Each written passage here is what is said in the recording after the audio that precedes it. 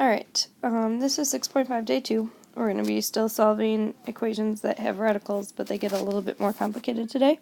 So the first thing I need to review with you is what to do when you have a binomial squared.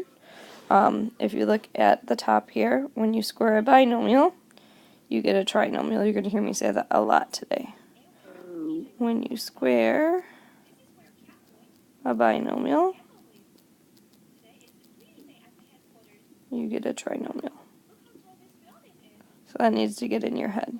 So you can do this one of two ways. I'll show you the long way first. The first way would be to write this twice. This is kind of what you guys have been trained to do. And then FOIL it together. You get x squared plus 4x plus 4x plus 16, which is x squared plus 8x plus 16. The other way you can do it, this is just kind of the shortcut, is to use what the formula says up here. The formula says you have to do the first squared, then you keep the sign, and then it's 2 times the product, and then it's going to be the last squared. I'm just writing the formula out in words. So what that's going to look like is if I look back at the binomial, the first part squared is x squared. I'm going to keep the plus sign, and then it's going to be 2 times the product. So 4 times x times 2 gives me 8x, plus the last squared is 16. So that's just shortcut. If you don't like the shortcut, you can do it the long way every time. I'm totally okay with that. But I'm just going to do number 2 using the shortcut. So it's going to be x squared. I'm going to keep the minus sign. Then the middle is 2 times the product. If you remember when we learned how to factor these, I told you to get the middle, you have to put those back together. So that's a nice way to remember it. X times negative 5 times 2 is going to be negative 10x. And that's always plus the last one squared, because when you square the negative, it actually turns positive. So that would be the answer there. Again, if you want to write it twice like I did in the first example and FOIL it, that's perfectly fine as we do the rest of these problems. So this next problem is what you're actually going to see on your homework today. You're going to see a radical, but there's an extra x in the problem. That's what makes these a little bit different. So you just need to follow the steps on the right here. The directions will say check for extraneous solutions, which means all of these today you need to check. You can do so on your calculator or by hand. If you do it on the calculator, I would like you to take a picture and submit it in with the homework. So looking at number 1, first thing I got to do is isolate the square root, which means I need to subtract this 3 to the other side. So we get the square root of 5x minus 1 equal to x minus 3. And now the next step, the thing that's on the outside of the problem, is the radical. So I'm going to square both sides. On the left side, the square root and the squared cancel. So that just all comes out. 5x minus 1 is equal to. On the right side, you have to remember that you're going to get a perfect square trinomial is what that's going to result in. So you got to make sure when you square the binomial that you're giving me a trinomial. Don't just distribute the squared. That's what people like to do. You're not allowed to do that. You have to FOIL it twice, or make sure you're using the perfect square trinomial formula. So it's going to be x squared minus, the product would be negative 3x times 2 is negative 6x, and then it's plus, the last one squared is 9. Or write it out twice and FOIL it together, that's fine. Now, when you look at this problem, we have an x squared. That x squared is now in control. Everything else in the problem should move towards the x squared. So that's what the next step says, is we want to solve this for x now. So everything moves to one side to get it to equal 0. So we get x squared minus 11x plus 10. And now the whole idea here is this should be factorable. So if I look for factors of 10 that make negative 11, that'd be negative 10 and negative 1. So I get x minus 10 times x minus 1 equal to 0. And I'll get x equals 10 or 1. If you notice, we're not done yet. We do have a last step here, and this is a really important last step. Your last step is to make sure that you check for extraneous solutions. That means, if you look what I wrote in red that back there, you have to plug the answers back into the original equation to see if it works. So I'm going to go ahead and plug these in by hand, but if you want to put it in your calculator with the equal sign and see if it says true or false, you can do that too. Totally up to you. So I'm just going to plug it in by hand to show you which one works and one of them doesn't work and why. So I'm putting 10 in first. So plugging 10 into the original equation, I'm going to get the square root of 50 minus 1, which is 49, plus 3 equal to 10. That's 7 plus 3 equals 10. I get 10 equals 10. That one works. That one's good. Now let's try plugging in 1. So it would be 5 times 1 minus 1 plus 3 equal to 1. That's going to be the square root of 5 minus 1 is 4, plus 3 equal to 1. I get 2 plus 3 equals 1, 5 equals 1, which is not true. This usually is going to happen because technically the thing we want under the radical was supposed to be negative, and it can't be, so it's not going to work, so this is an extraneous solution.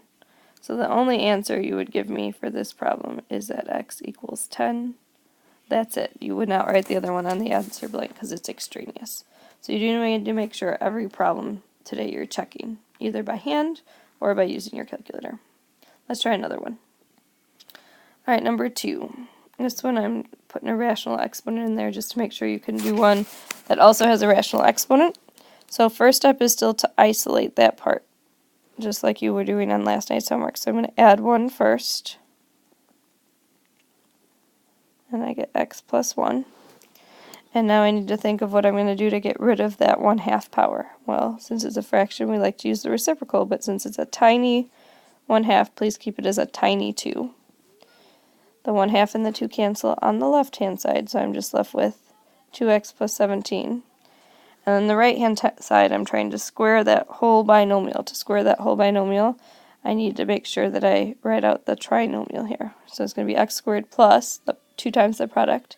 X times 1 times 2 is 2x, plus 1 squared is 1. And then again, the x squared takes control. You move everything towards the x squared. We get 0 is equal to x squared. This is interesting, those cancel. Minus 16. So from here you have one of two choices. You could factor this. That factors to x minus 4, x plus 4. Or, if you wanted to, you could move the 16 and take the square root. Either way, you should be getting a positive 4 and a negative 4 as your two answers. So then we do need to go back and check those back in that original problem. This one with the rational exponent may be easier to check on your calculator, but I'll leave that up to you. So if I go to check this, it's going to be 2 times 4 plus 17 to the 1/2 power minus 1 equal to 4. That's going to be 8 plus 17 to the 1/2 power minus 1 equal to 4. That's 25 to the 1/2 power minus 1 equals 4. Remember, the 1/2 power just means to take the square root. So we get 5 minus 1 equal to 4, which is 4 equal to 4. That one works. Good. Then we check the other one. We're plugging in negative 4 now. Negative 4 plus 17 to the 1/2 power minus 1 equals negative 4. So it's going to be negative 8 plus 17 is 9. 9 to the 1/2 power is 3. 3 minus 1 is negative 4. 2 minus 2 is not equal to negative 4. So this one does not work. Now sometimes you may get both of them to work, so that's okay. So you can't just say because the first one works, the second one doesn't. Sometimes both work. Sometimes neither one would work, which means you have no solution. So you just need to make sure you're checking to see which ones work and which ones don't. Alright, this last problem, I would encourage you to pause this right now.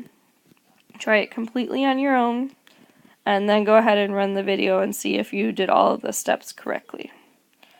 So, first step, hopefully you paused it, is to subtract 2. Hopefully you're just checking to see that you did this correctly. So we get x minus 2.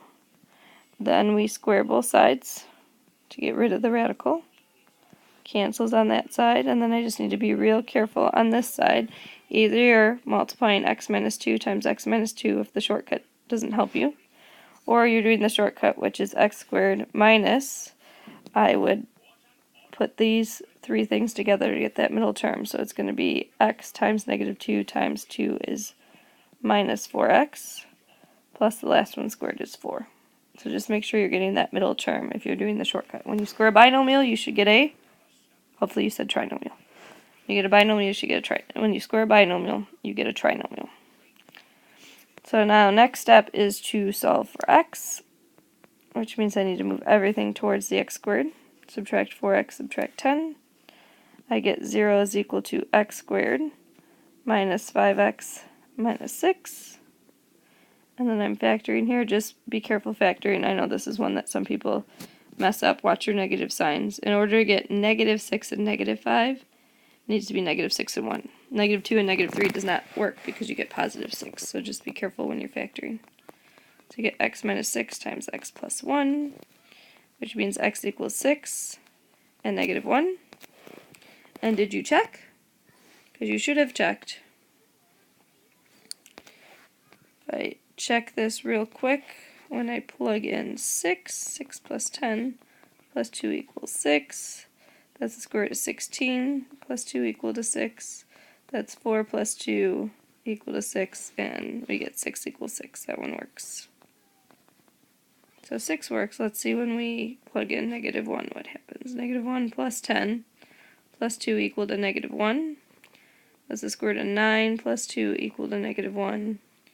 3 plus 2, that is not going to equal negative 1. 5 does not equal negative 1, so that one does not work. So you should only get an answer of x equals 6. Alright, your homework is just the first 8 problems of the worksheet. Please don't do any more than that. So go ahead and start that during class, and then hopefully I'll see you tomorrow, and we can kind of catch up on everything you've covered over the last 2 days. Good luck. Let me know if you have any questions.